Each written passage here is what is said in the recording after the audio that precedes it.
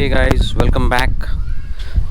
Today I'm going to talk about the top 10 pre-ride checks I do either on a daily basis or on a weekly basis. So guys, first and foremost, this is very important to know your ride and its condition before you start the ride.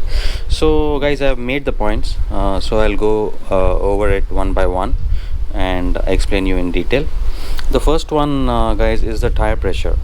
So always ensure you have adequate tire pressure in your tires as per the manufacturer recommendation, and you have that on this label here.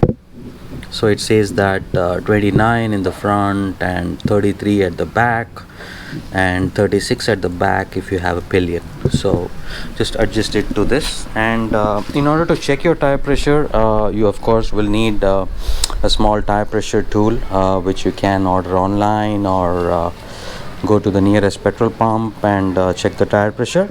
But as a layman, you could also just kick the tire and roundabout get a ballpark tire pressure. Is it okay or not okay types, right? Okay, you can do that, and same thing goes with the front as well. And guys, also make sure you do a quick inspection of your tires to see if there is any object, nail or stone stuck in these grooves, right, which can affect the tire performance. That's one. And the fuel level, guys, we have seen a lot of people pushing bikes on the road because fuel got over. So that's a bad state, right? So we can do a quick check on the fuel before we plan our ride. And coming to the third one is going to be on the brakes. So please definitely inspect your brakes before you start the ride. It's quite simple. When you look it up this way into the brake caliper, you'll be able to see the brake pad thickness inside, right? That's one thing you can take a look.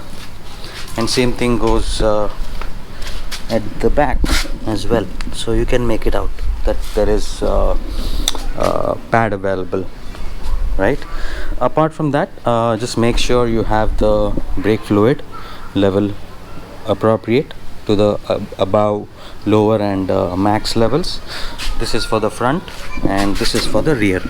Always make sure there is fluid, there is brake pad, and brakes work properly, right, when you engage them. And coming to the third aspect is very important for your engine performance, life and safety also. So always ensure your engine oil is between the upper and lower marks on the gauge. So how will you do that? So guys, you cannot do this on a cold engine. You need to start your engine for idle for about 2 to 3 minutes, and then turn it off, leave it for about 2 minutes, and then wipe off the excess oil from this dipper stick, and you can see minimum and maximum levels here.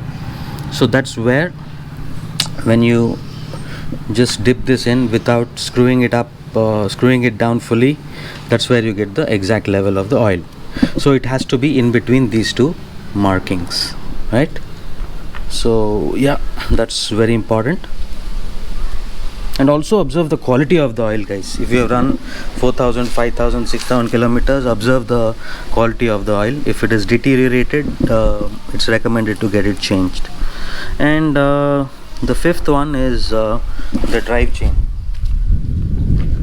So drive chain, what you would observe is typically observe the slack here, just to make sure it's not got too loose. I think recommended is about 1 inch of slack, what is recommended. And also make sure there is some lubrication in form of lube between these o-rings, right? This is not a regular chain, guys. This is a o-ring chain. So primarily what happens is behind these o-rings, the bushes are packed with grease, so that it's available inside to lubricate all the time. And it's very important to keep these chains cleaned and lubed and follow the maintenance procedure. So I'm going to do a DIY on the chain maintenance and lubrication process very soon. That's one. And coming to the point number 6, and always do a visual inspection of your bike to see if there is any leakage in any part of the engine or the calipers, brakes, under the engine, below the bike, etc. And while you do that, also inspect for any loose wires, just in case any wiring is cut, etc. Just do that bit also, and it's very very simple, guys. So you can make it out just by looking at it if there is anything cut or anything loose.